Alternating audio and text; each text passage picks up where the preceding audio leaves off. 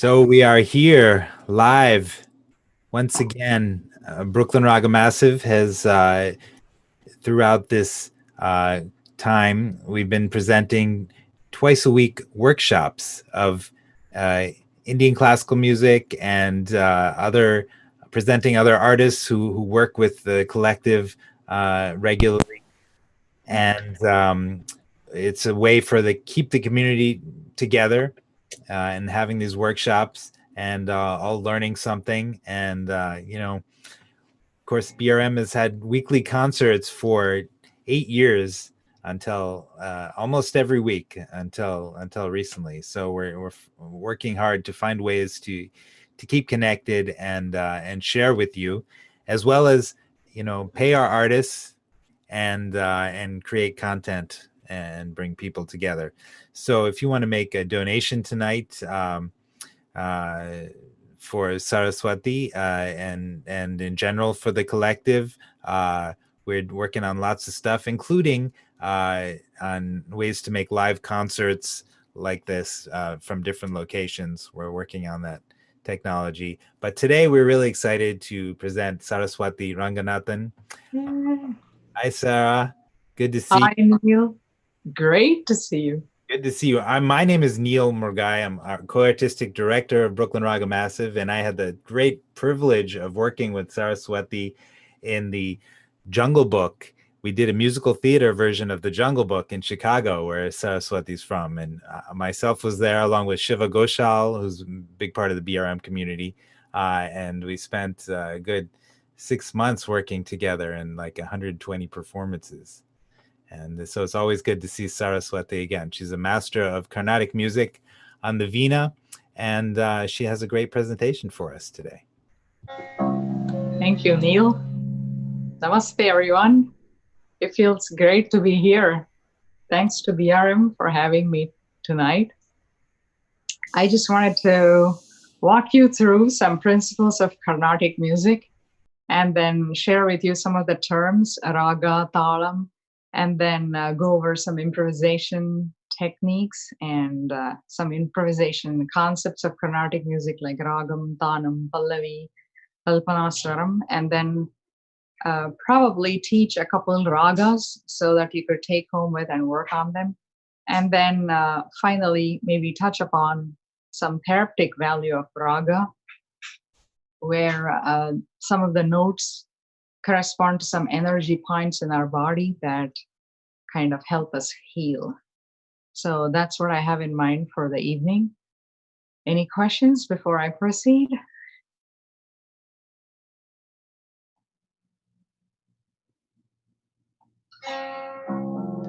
Neil, are you talking? I can't hear.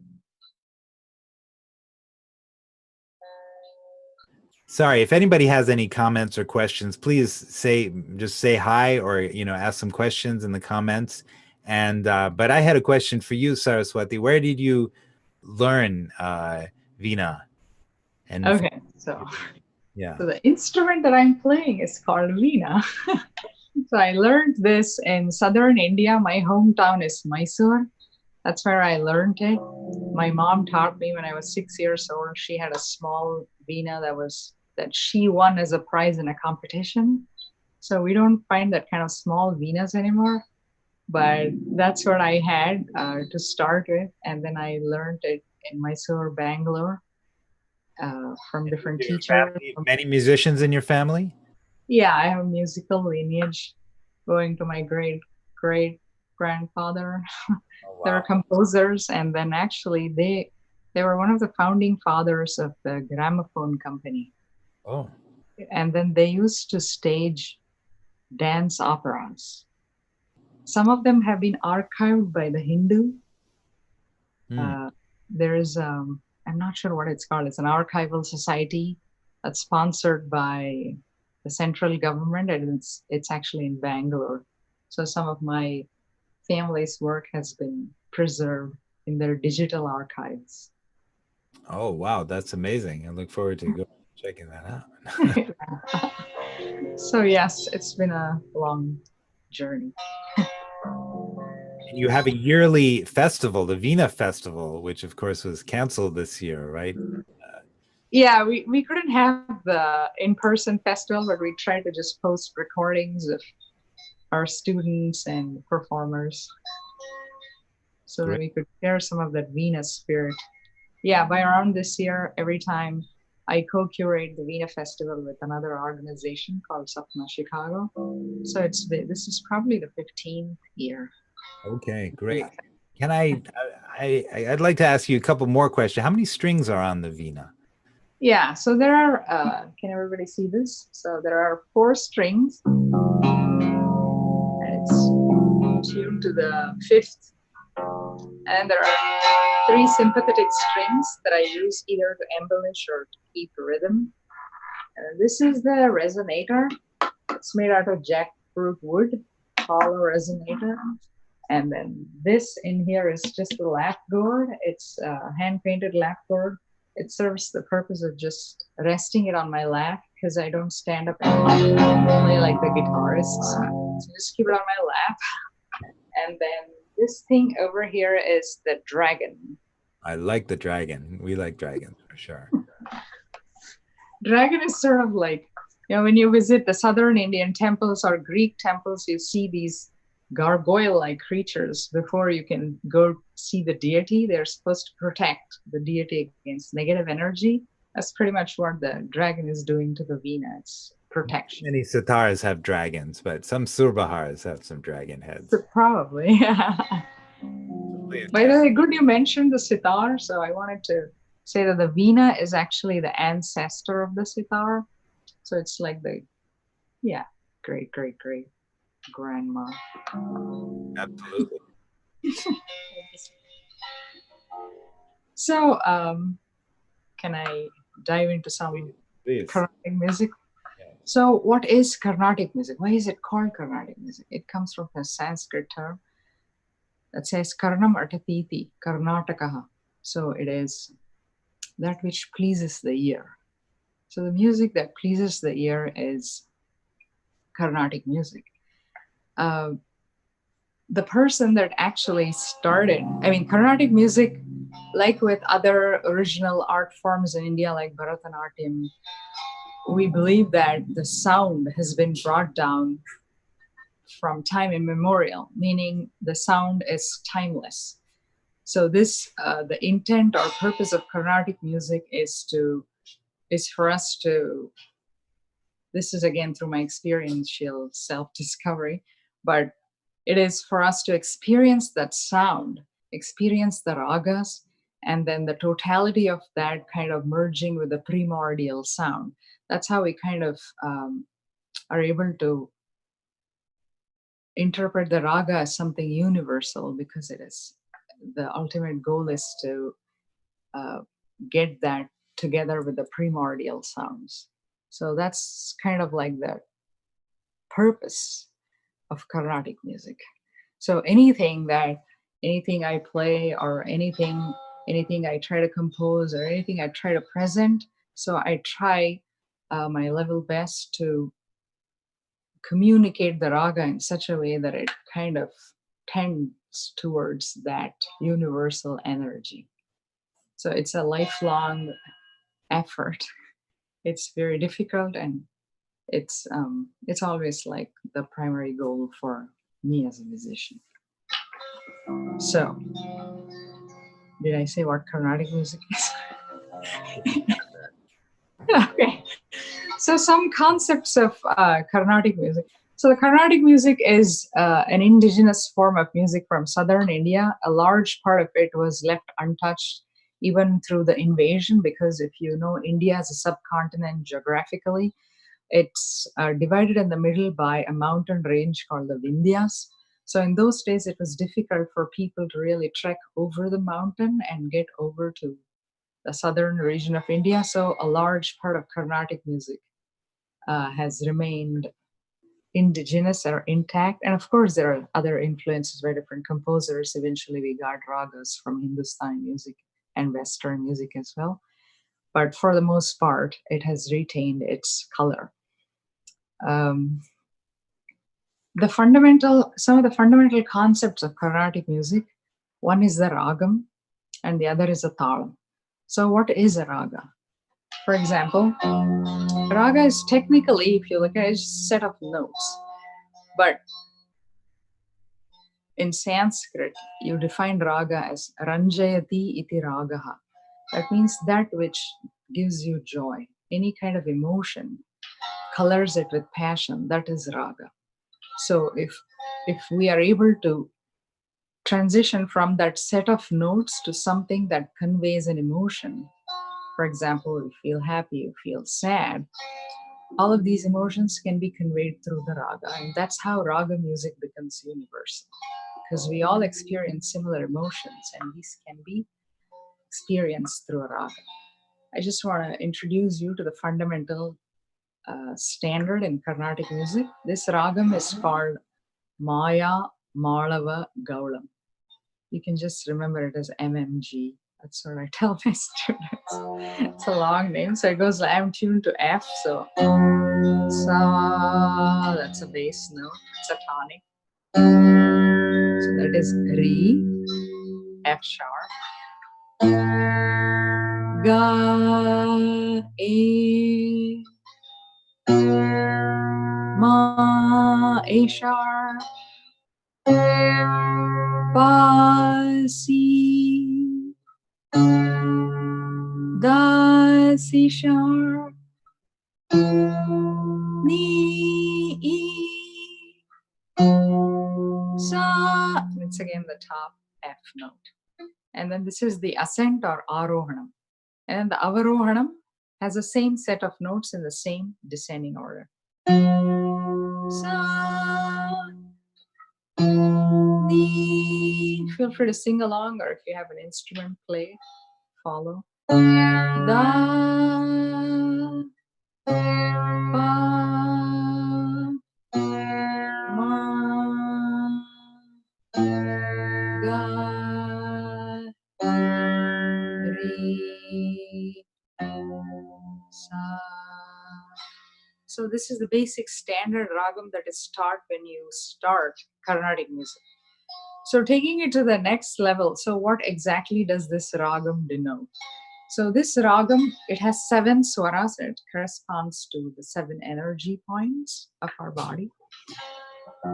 How does it, for example,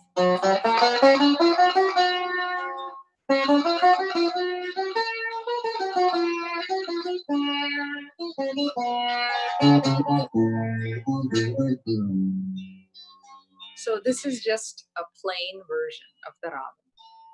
So, but if you want to give some color to the ragam, the same thing you would play like this. That's what makes Carnatic music special, and you can bring that out in an instrument like the Veena. So, for example, I can do.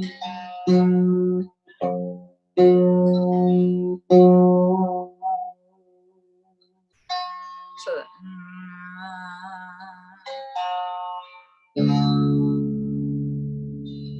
I can do.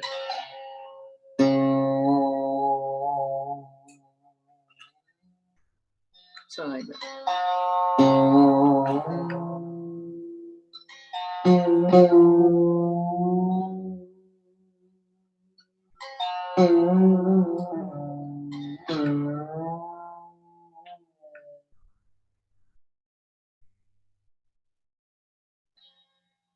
So that's how we add color. We're able to observe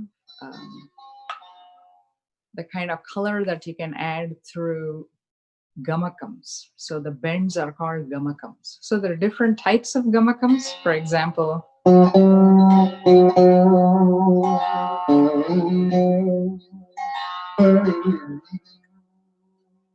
so I can do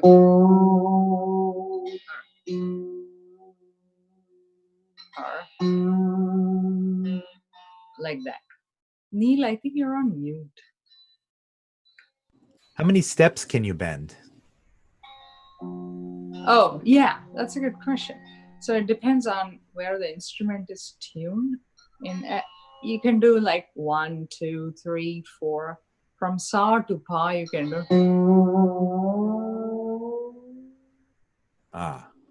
like that. Sa, re, ga, ma, pa, like 5 notes. Okay, so that's like sitar.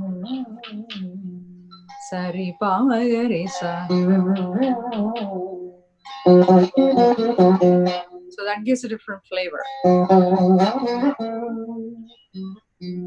think this raga corresponds to Rag Bhairav in Hindustani music. In Hindustan, yeah. So this is like the basic standard raga. So what? One thing I want to share with you is that Maya Mala Gaulam is a ragam that's supposed to detox our system. So when we start Maya Mala Gaulam, that means we are starting on a. For example, if a child is starting Maya Mala Gaulam, the child is starting on a clean slate. Like it's the ragam helps us to detox. I don't have any other word for that.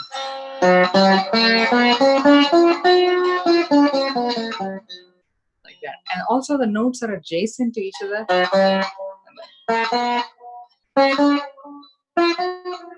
So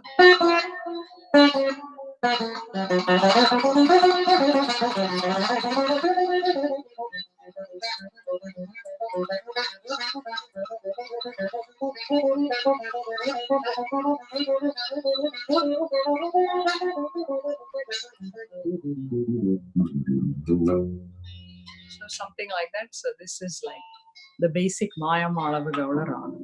And then so you learned Gammakam, the term Gammakam, and you learned what Carnatic music means, what Raga is, what Maya Malava Gaulam is, and the purpose of Maya Malava Gaula Raga. Any questions so far? Yes, Abhik Mukherjee, who is a great sitarist, part of our community, he's asked. Oh, hi, Abhi. How are you? He's a great sitarist. He's a good friend of us. And he asks, are there different classifications of Gammak? There are, I think. There are like, I don't know all the technical terms for that. I think there are like 16 different types. Okay. I don't know all the names. But I can find out and get back to you if you like. It's like there's a big book. It's like, yeah, there are like the Brihad Deshi or Sangeeta Ratnakara. All those books have delineated the frequencies of swaras and then some of the colors associated with the swaras, which I'll go over in a bit. And then the planets associated with the swaras. And then some of the energy points. So there's a lot of associations. They're all, if you see in there, they're all interconnected. Vik also asks if you could, if you feel like playing a little bit of Rag Sankara Bharanam. Oh yeah. Okay, so similar to Maya Malava Gaulam, what Shankara Bharanam does is, so Shankara Bharanam, I think that's what Hindustani music has as the basic ragam, I think. So it's like, and even in Western music, they use those notes as a basic scale. So this one, so it's interesting. Muthuswami Dikshatar, who is the 18th century composer, he's one of the greatest composers of Carnatic music. He was actually at that time influenced by some of the Western classical notes, and he composed a few compositions in Shankara Bharanam that would be very similar to the how the Western notes sound. It goes like Shamala Meenakshi Sambarashwara Sakshi Shankari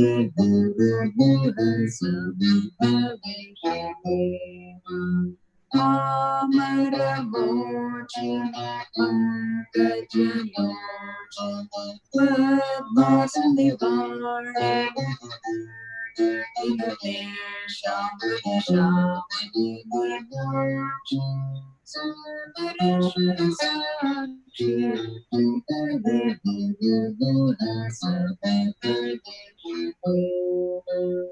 So this is like the plain version of Shankara Bharanam. This one mashes up well with Twinkle Twinkle Little Sitar. Yeah, there we go. That's right. So the same Shankara Bharanam can be played with a great deal of Gammakam. So Shankara Bharanam is supposed to evoke all kinds of emotion, but it's a very difficult ragam to get the essence out of. For example,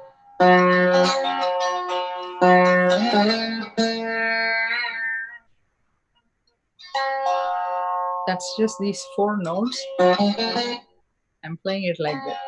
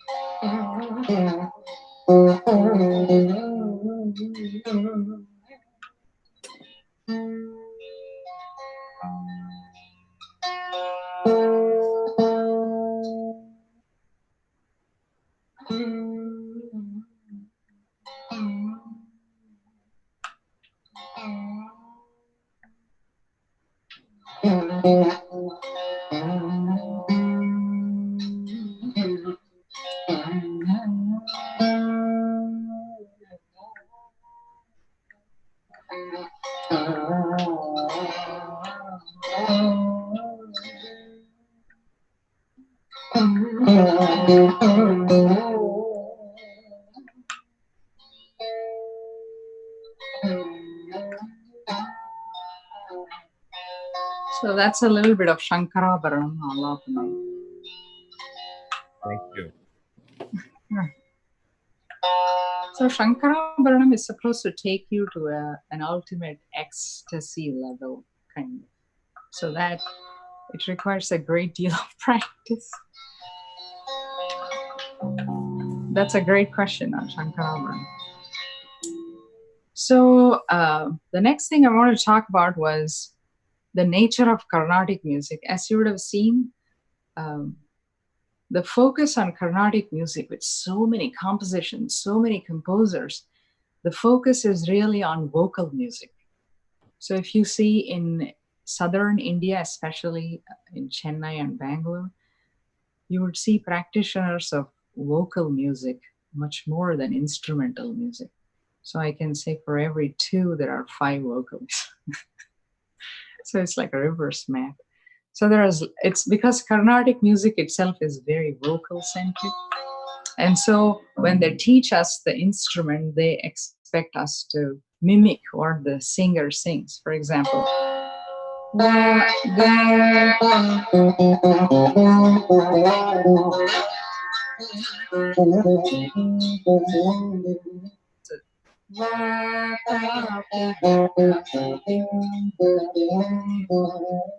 so if the vocalist sings that,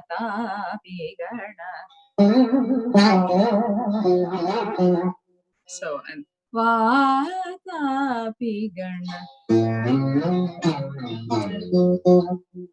so it's sort of like mimicking the vocal. Oh, Neil disappeared. Neil, I can't see you. I'll be back. I'm coming back. Okay. So so it's vocal centric. But then what we can do as an instrumentalist, what I do is I try to bring in the emotional intent of the song and the raga.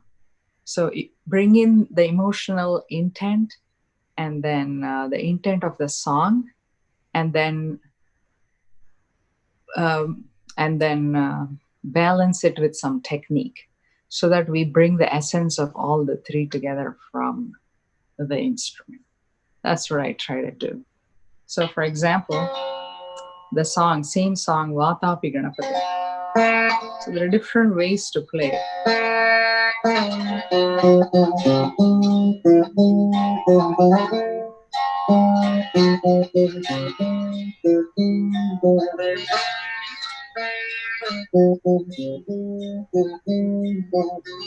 So this is one way of playing where there is not much Gammak. So when there is not much gamakam, it's kind of difficult to get the jiva or the essence of the raga. So, but when you give a little bit of gamakam,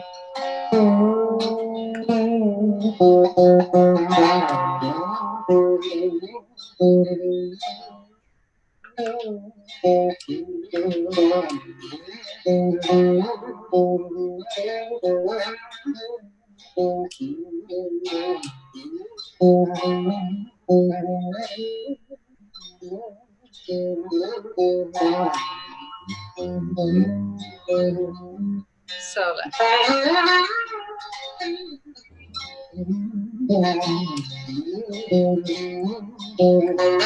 so even though there are many musicians playing the same song, which brings us to the point of improvisation, even though a lot of people play same songs or similar ragas, it's how the musician interprets the raga or interprets the song. That's how it's differentiated. So, which leads us to the concept of improvisation in Carnatic music. So, at the heart of Carnatic music is improvisation. It's called Manodharma Sangeetam. So, what is Manodharma Sangeetam? So, Mano is the mind, Dharma. So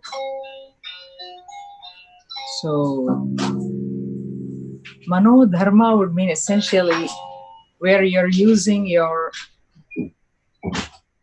imagination, your spirit, your emotion, your intent, everything within the dharma of the raga, within the dharma of that music. It's like saying you have a lot of freedom, but then there are some rules that you need to stick to. So similarly, Manodharma, it's limitless, but it's within the confines of the raga. But the raga itself is actually not confining, it's liberating. So for example, if I take a ragam like Saraswathi, so the sa, so this is G, ma, that's B, pa, si, da, di, sa. So that's 5 notes on the ascent. That's the arohana. Ascent is called arohana. So the descent is 6 notes, or shadavam as it's called. This is audava is 5 note, shadavam is 6 note. So the note that we add is D sharp.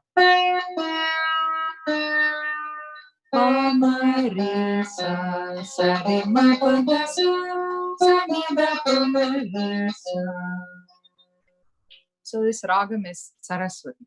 So there are some, for every ragam there is a jiva swaram. For this one it will be ma and the.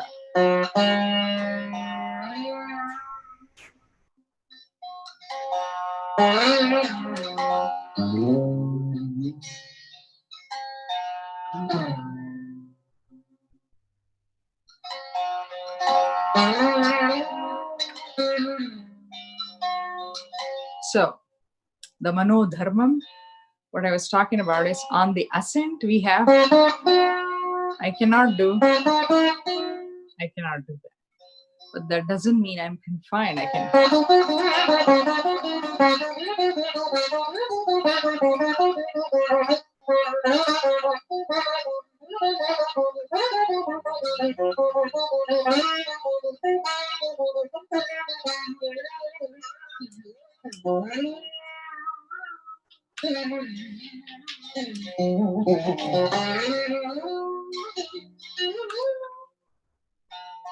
So there's a lot of room. So that is Manodharmam, but you played by the rule of the ragam.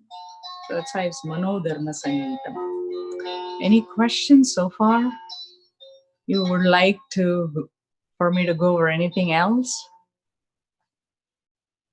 My intent is for you to take home something with you.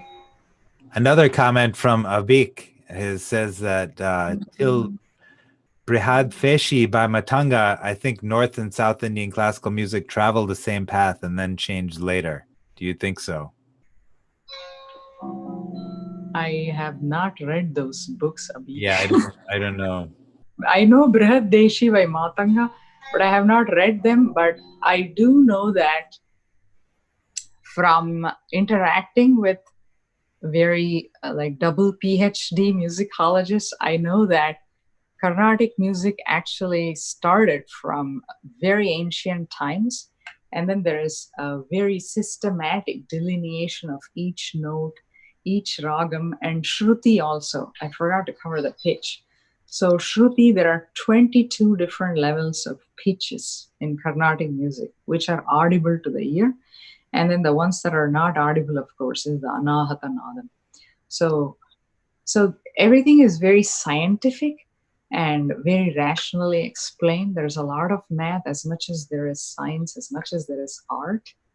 And it's supported by all of these. So I'm not sure if there was anything like that for Hindustani music.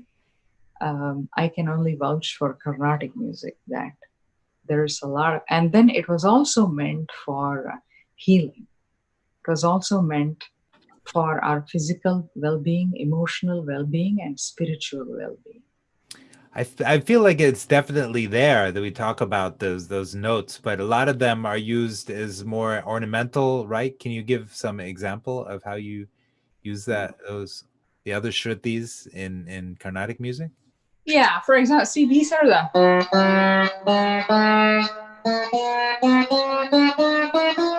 So these are the ones. But there are notes in between, like. Yeah.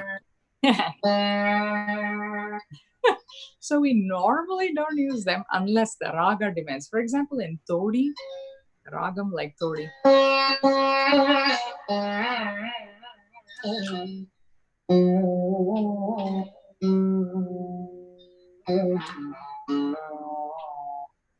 So that ragam actually uses a lot of different shades of the shruti. So, but the plain notes for the ragam is just.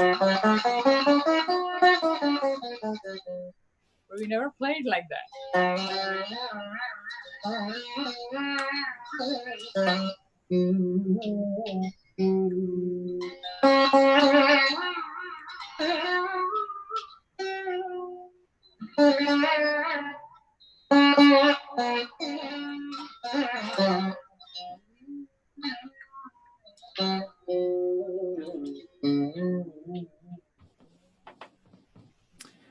Fred Schneider asks, when you're bending the notes while playing at speed, how large an interval do you bend them when you're playing fast?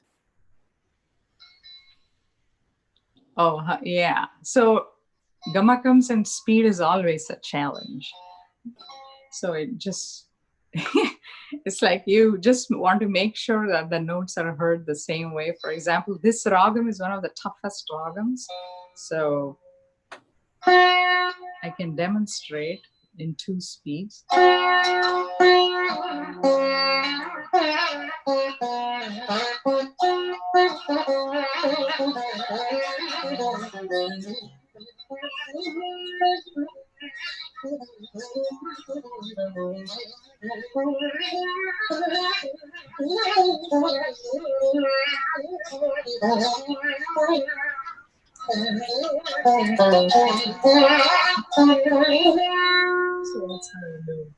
So in that passage you just played, what was the largest interval you bent the notes in that?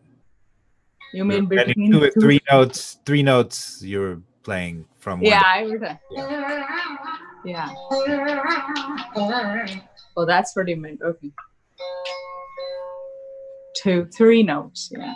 Okay.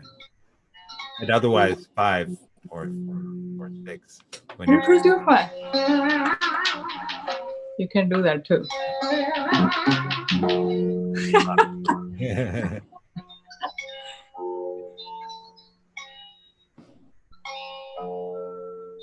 Anything else? Would you like to learn a pallavi? Yes. So, yeah. So, maybe I can go back to, did you like the scale Saraswati? So, the ragam in Saraswati So usually, how do you play a raga? What is a raga alapana? A raga alapana is embellishments of the, so that brings out the essence or the swarupa of the raga. So in Saraswati, for example, so the opening of a raga, typically, if we are able to touch on the swarupa of the raga, the swarupa means like, what's a loose English word for that? The form or definition. So if you're able to outline the form of the or the definition of the raga right away, that means you are good at the raga. That means someone who listens to the raga is able to say, "Oh, that is Saraswati. Oh, this is Kalyan. Oh, this is Beha." Like for example, means okay. Oh, this is Beha. We know this is Beha. So like.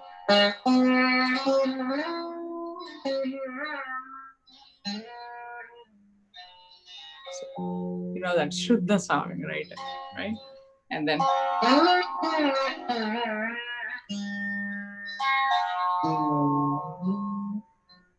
means, you know, it's Darbari Kannada right away.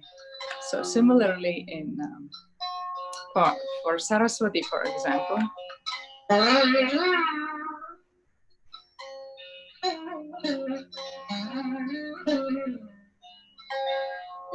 that means it is Saraswati. Is it Hindustani Saraswati the same as Carnatic Saraswati? I don't know what is Hindustani. So here Carnatic Saraswati.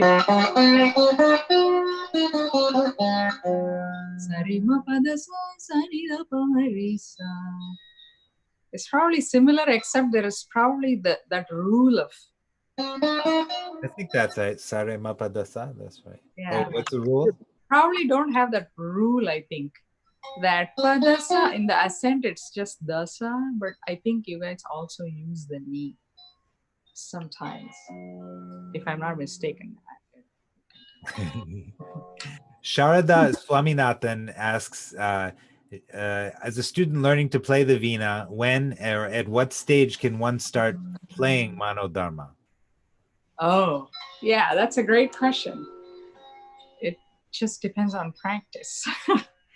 It depends on practice and how much you're able to learn. But I can tell you, at least a minimum of 10 years to be able to have a command on Manodharma. But I don't know how it is these days. 10 years can mean like a few hours every week. If you're able to devote a lot of hours every day, it could be, you know, much less of a time. So it just depends on how much you're putting into it. I hope that answered your question. And then I would also advise a lot of listening to veterans, a lot of listening to all those vidwans, those, what do you call them? Yeah, the veterans of Carnatic music who are able to present the ragas and the songs in a way that is very difficult for us to get to know from anyone else currently. So make sure that you're listening to all of that so we can absorb some of that in our own and make it our own. So We got to listen to the masters for sure. Listening to the master, that's right. That's the right word. Okay. Anything else? Otherwise, I can show you a little bit of Alapanam of Saraswati, and that is a Raga Alapana.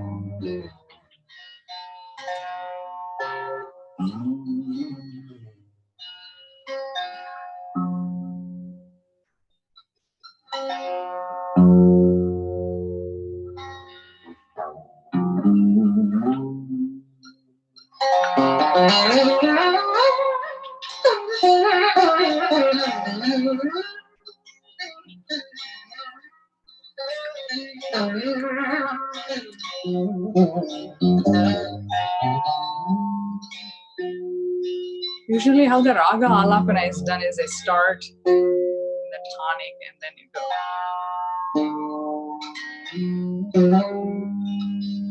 And they just focus on 2 or 3 notes slowly.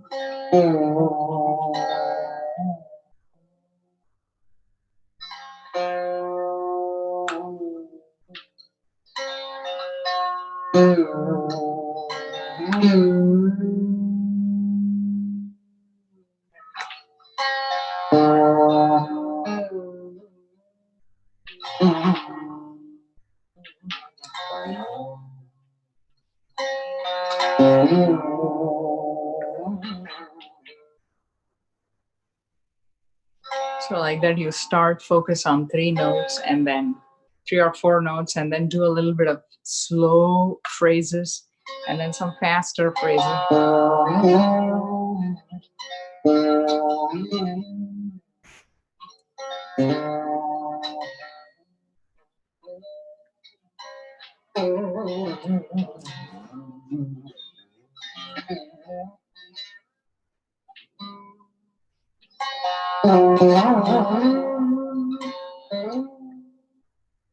Then you go to the next note.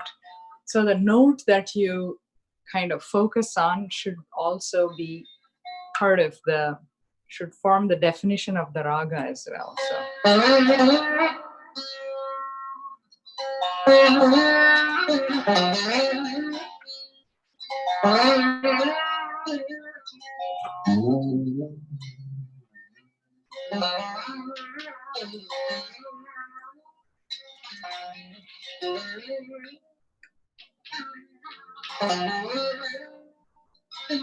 So that's how Raga Alapana is done.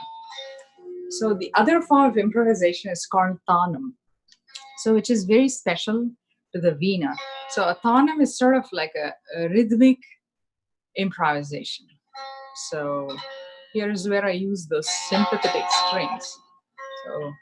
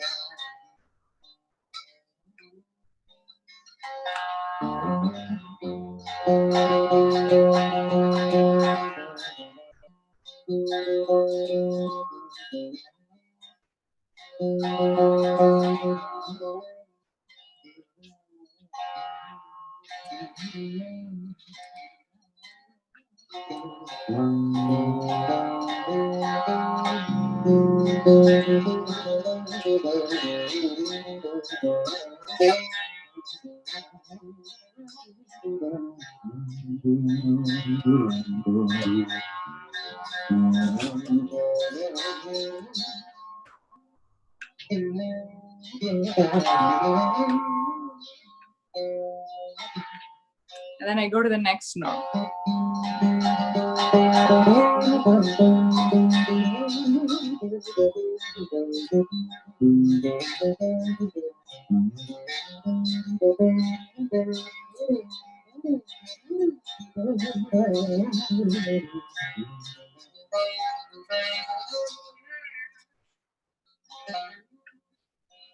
And then I keep doing that and then probably take it up tempo somewhere here.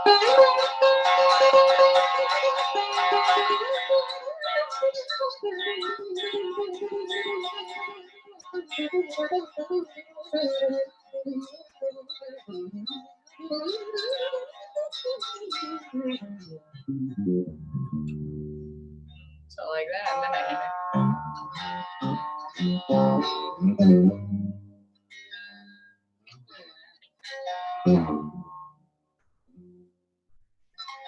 So that's a Tanam. That improvisation is called Tanam. And then you come to Pallavi, which is sort of like a short composition. So I just came up with a couple lines for this session. If you are up for it, I can teach you a couple lines. Is that okay? Please. Okay. So, sadis, So this is I forgot to touch on the talam. So talam, this talam is an 8-beat cycle. So the way we count the talam, 1, 2, 3, 4, and then 5, 6, 7, 8. Okay. So this is called Adi Talam. So there are, when it comes to talam, that's a whole another universe. So there are 7 different types of talams, and each talam can be put in 5 different ways. So fundamentally, there are 35 different kinds of talams. But then each of those have different variations. Like you can do 3s, you can do 4s. It's just mind-boggling, too much math. But fundamentally, there are 35 different types of talams. This one is actually the technical name for this. It's Chatushra Jati because it's 4. We're counting 4, including the downbeat. Downbeat, count, count, count. So downbeat is your 1, 2, 3, 4, and then downbeat, turn, downbeat, turn. So the jati is the number of times you count the finger plus the downbeat. 1, 2, 3, 4 is Chatushra Jati. And then the type of putting the talam is the counting, and then 2 beats, that's Triputa Talam's time. So it's called Chatushra Jati Triputa Talam. So this one. So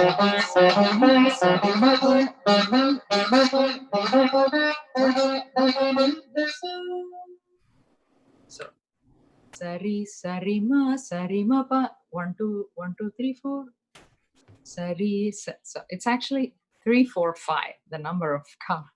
The count of the swaras is 3 4 5. Sari is 3, including that extension of the ri. Sari, all right. Sari ma 4. Sari ma pa 5. So it's 3 4 5. Add another 3 4 5 to it. 3 4 5, 3 4 5, and then ma pa ni da, then 3 2 3. So all together would be how much? 16. Well, 32. 32. That's right.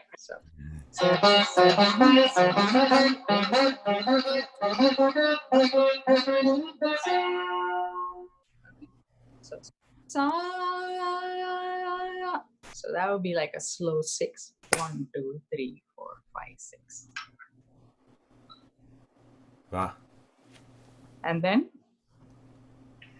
after that, and then after the 6 count, what do? We do 5 5 5 5 or 20.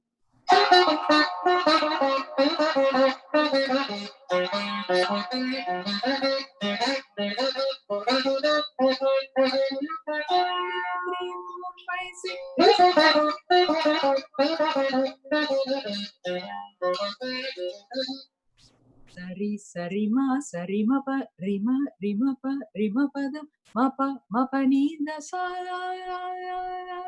ri sa ni da pa ma da pa ma ri sari ma pa. So that's how it goes. So it's like, so if you want to remember that, 3 4 5, 3 4 5, and then 3 2 3, and then sa that's actually slow 6. And then 4 5. Ri sa ni da pa ma da pa ma ri. So that is the composition. I can just play it a couple of times if you want to record or something. And this composition is called the Pallavi. This is what kind of composition is this? Sorry. It's a Pallavi. So it's sort of like, you can call it a head in jazz. Sure. Yeah, like that. So this is the Pallavi. So we compose a Pallavi usually. So I came up with this Pallavi for the session. So it's like.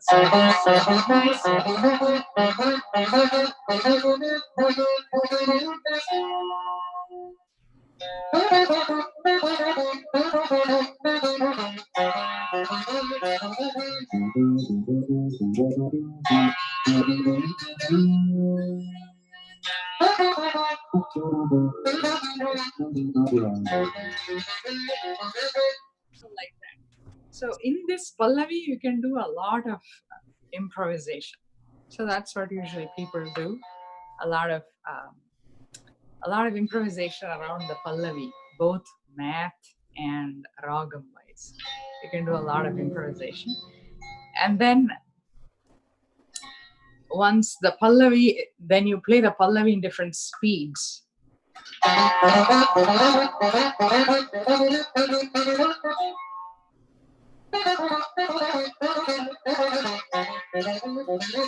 that. So you play it in different speeds. And then you come to another type of improvisation. It's called Kalpana Swaram. So whatever swaram is the note, like ma pa da sa, those are all notes. That's a term for that is swaram. So a Kalpana Swaram is your imaginary swaram. So whatever your imagination allows you, you can kind of go wild with that. For the pallavi, for example.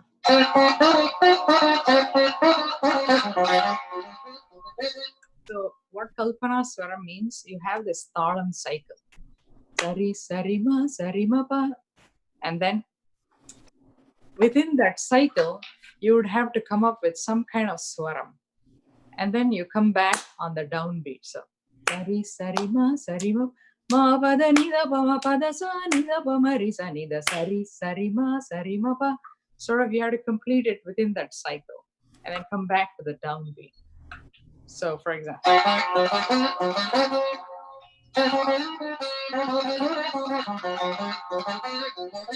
so the way to practice Kalpana Swaram is you can probably take a short set of notes and then do patterns in that.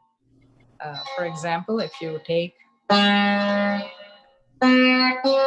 so let's take those 4 swarams. All right, and let's take this 8-beat cycle. Okay, so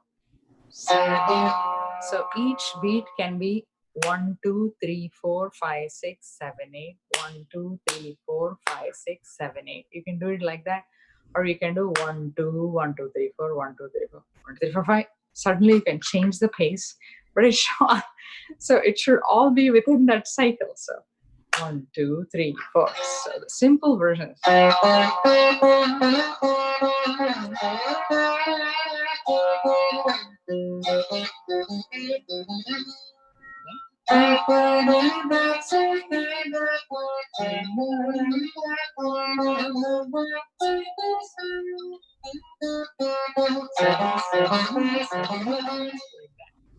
so you come back, we come back to that downbeat.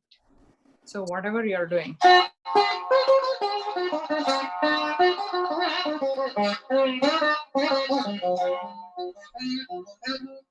Okay, coming back to the 4 notes. So for example, you can do combinations like when you practice. Right?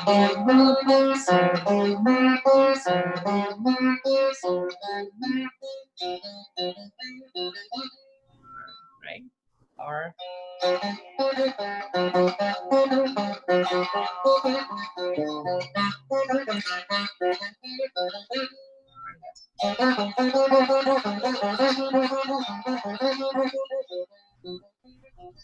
like that.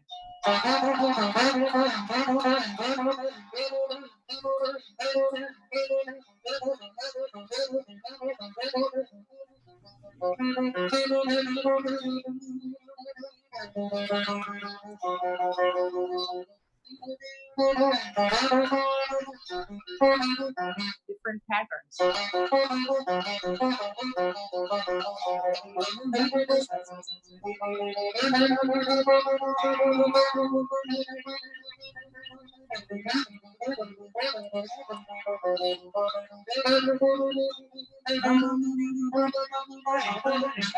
Or you can do combinations of 3, 5.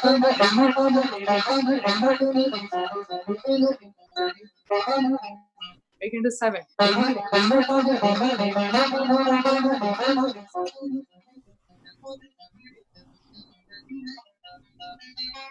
So like that, just within those 4 notes, you can practice a lot, different patterns, different, and the same thing, you can change the pace too. Like that you can do in 3s. You can do fives or sixes like that. So any questions on the Kalpana Swaram? So that's another type of improvisation. I think you just answered Falcon Ark's question, who was noting that there's a lot of repeating a melody and extending upon it in extending on it in improvisation, right? Yeah, yeah. And is this a part of Carnatic music theory? So it's part of how we are taught to practice improvisation. So take just a set of 4 notes and come up with everything and anything that you can. So it's a way of getting the basics of improvisation. And Sripati Sridhar asks, who are some of your favorite Carnatic music veterans to listen to for inspiration and learning? Other people asked about, best recordings to listen to. Yeah, so my personal favorites for vocal music is Balamurali Krishna, Dr. M. Balamurali Krishna, and T.N. Sheshagopalan. So if you want to learn everything about embellishments, about improvisation and math, T.N. Sheshagopalan is the go-to artist. And if you want to learn more about holistic presentation, taking it to a next level, creating your own unique ambiance, that would be Balamurali Krishna. And then how to really take care of your voice, those are all Balamurali Krishna. And then he's a genius. He has come up with his own ragas that would need another session. He has come up with his own ragas. So Balamurali Krishna is great to listen to.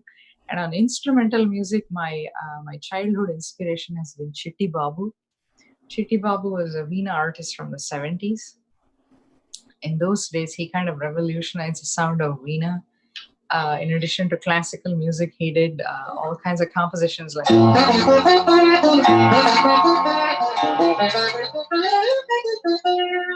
so compositions like that he composed in the 70s, and that LP is called Musings of a Musician. It's one of my favorites. So if you get a chance, if you get a hold of Musings of a Musician, musician, okay, yeah. So it's fantastic. And then my other favorite instrumentalist is, of course, Mandolin Srinivas. Oh, That's part of Remember Shakti. So yes. those are 4 people I really love. Of course, aside from my grandma and my mom. Avik asks, while playing Kalpana Swaram, is it improvisation? How do you keep the matra counts while playing Kalpana Swaram? Yeah, it's very tough. So that's why you have someone keep the beat for you in front of you, especially when you're playing the instrument. Very few, there are very few geniuses like you, Srinivas. He didn't need anybody to put thala.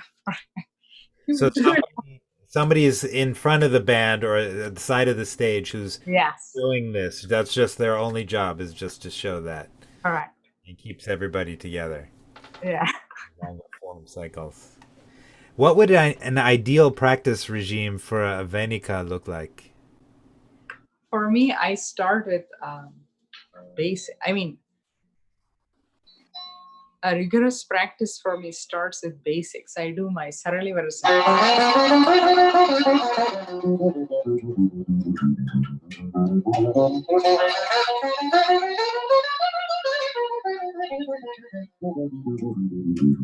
So I do that. And then I take up other varnams, like the Todi varnam I showed it. It's supposed to strengthen the muscles. Todi. Todi. If we are able to play Todi, that means we're ready for anything. So I practice Todi. And then, of course, other things depending on the mood and whatever else I'm practicing for the next performance. Sharada Swaminathan asks, could you please explain how ragams such as Nadanamakriya that are rendered in Madhyam Shruti in vocal music are played on the Veena? So on the Veena also we played on Madhyama Shruti. So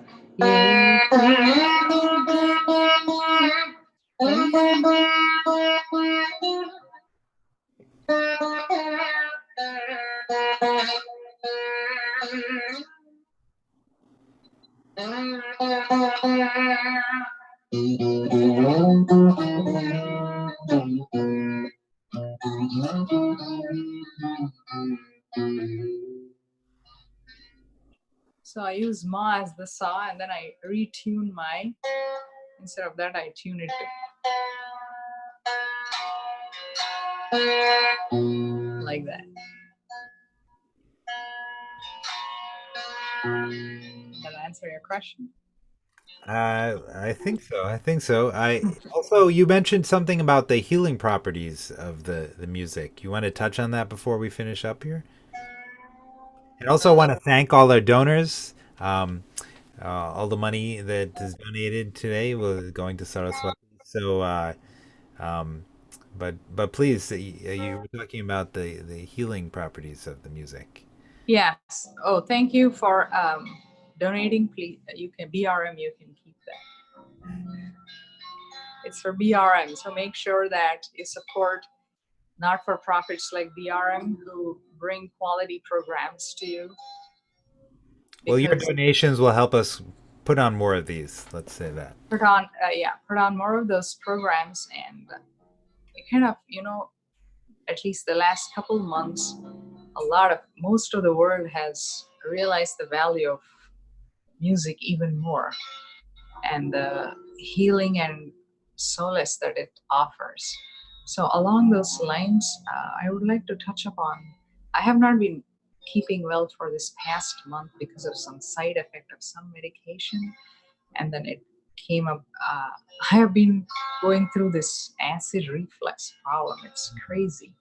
So, on those days when it's really bad, I I tried to play some ragas, and here are some of the ragas that actually helped calm down that heat.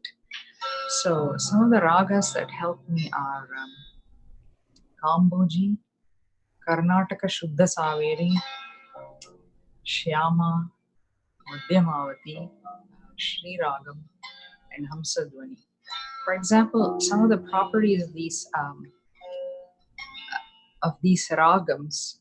For example, if I take Shyama.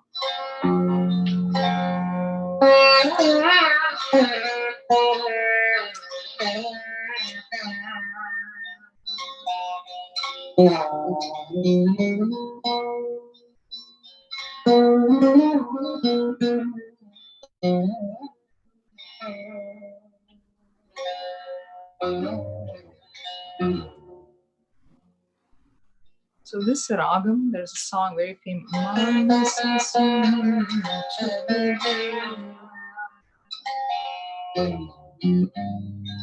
this ragam brings an inner tranquility to the physical being. And I just want to add that you would have to allow yourself to be open to the sounds of the ragam and then let that permeate your being. And that's when you can actually experience some of that healing.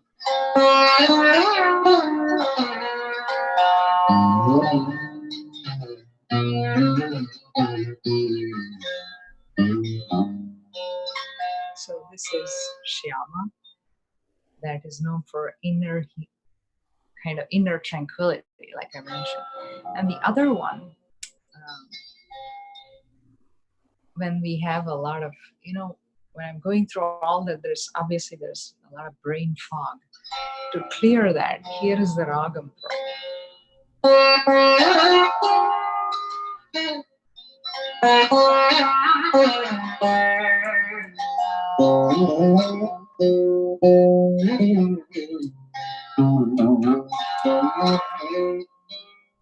So this is Madhyamavati.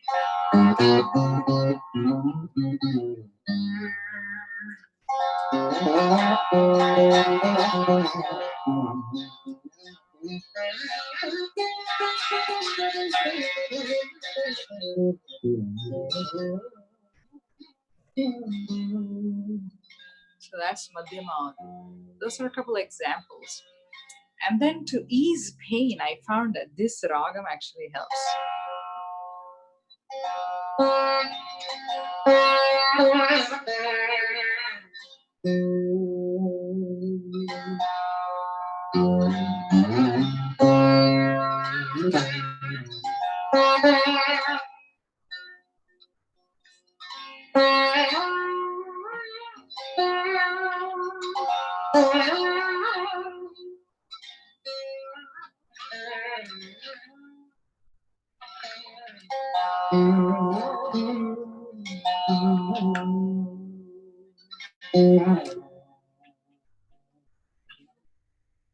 This ragam is Saveri.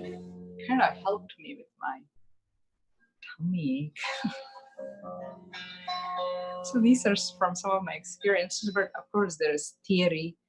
I can send it to Neil if you maybe later. So, or I can quickly touch upon. So the sa, a swaram sa.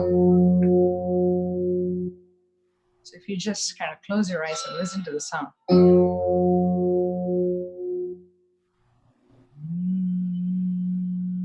That's where you also say.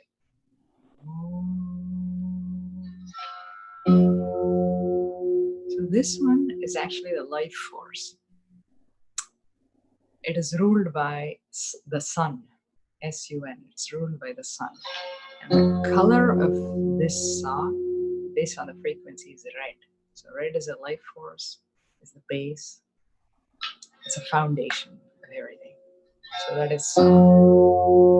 So even if we were to just sit down and meditate on sa, the sound of sa, kind of grounds you. There's a lot of strength in it. So that is sa. So, and then Ri.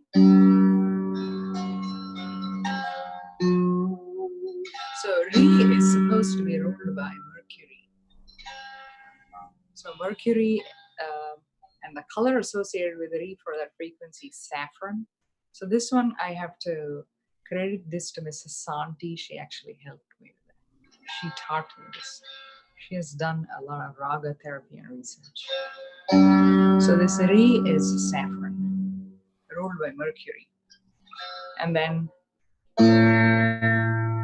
Ga. So Ga, by the way, there's a name for each of the swaram. Sa is called Shadjam, Ri is called Rishabham, Ga is Gandharam. So Ga is ruled by Saturn and it's yellowish green. That's Ga. Ma is Madhyamam. It's ruled by Venus. So Ma is ruled by Venus. It's supposed to have a deep green hue. That's Ma. So Pa is ruled by the moon. So anything ruled by the moon is very pleasant. So you can tell that. So Ragas with a Pa. So that's a light blue color. Da is ruled by, what is that? Puja is earth. Wait, what is Shiva? That's deep blue.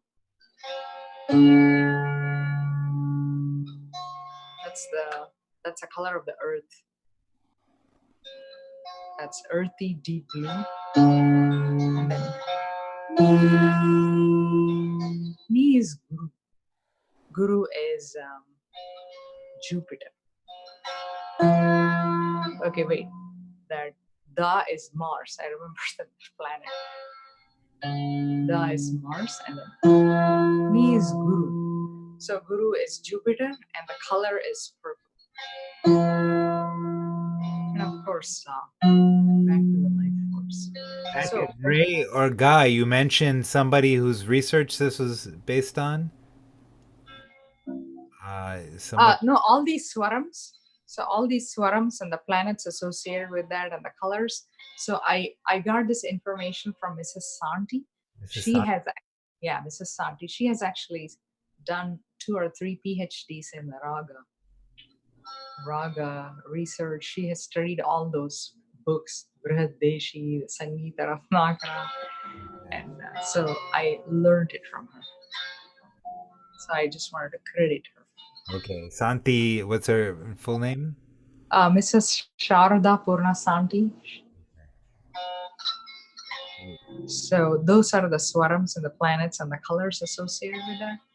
And there are energy points too, based on the 7 chakras within our physical being. So Wow. Thank you, Saraswati.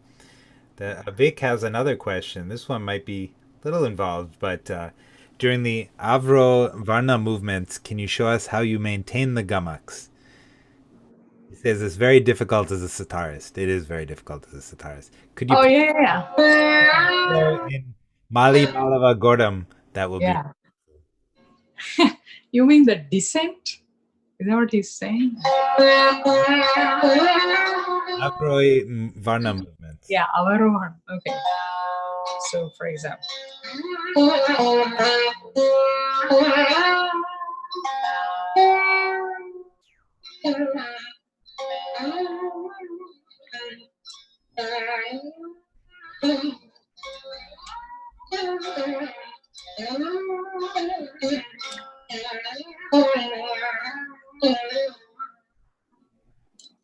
Is that what you meant, Abhi? I think that was it. Someone else is asking, do you teach online classes? Yeah, I do. That's all I do. I do online. Of How course, do people get in touch with you? it's a good way to get in touch with my email. Yeah, what's your email? I'll type it in right here, but go ahead. Sure. WORLDMUZIQ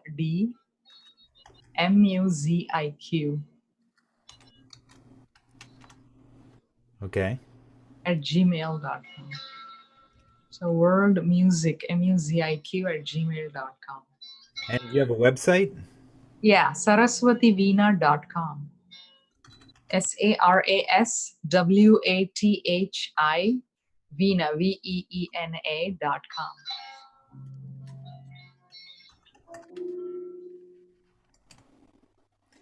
Great. We thank you so much. It's been a pleasure to hear your music once again, and I've Thank been you. enjoying your videos. Saraswati has been posting lots of videos, recordings of short ragas, and talks more about all the things she's been talking about today. So you should like her and on the Facebooks and all that stuff, and got her website and follow what she's doing because she's always up to amazing things. Saraswati also is collaborates with musicians from around the world and has a number of different bands that you play with, right? That with many Yeah, different. I have my band Surabhi Ensemble, and my goal is to live as one family That, around the world. Yes. Share cultures, share the spirit of community, live that's as one family. that's it. And thank you to everyone who donated. And stay tuned. We have these workshops twice a week. Abek Mukherjee will be teaching on Thursdays as part of a 5-week series. Um, Awesome. many artists, different artists coming up on Tuesdays and different subjects. So, Saraswati, thank you so much. Thank you, Neil. Thank you, David. Thanks, BRM. Thanks, everybody. Thank Stay you all. well. All right, cheers, Saraswati. Bye, and we'll see you all at the next workshop.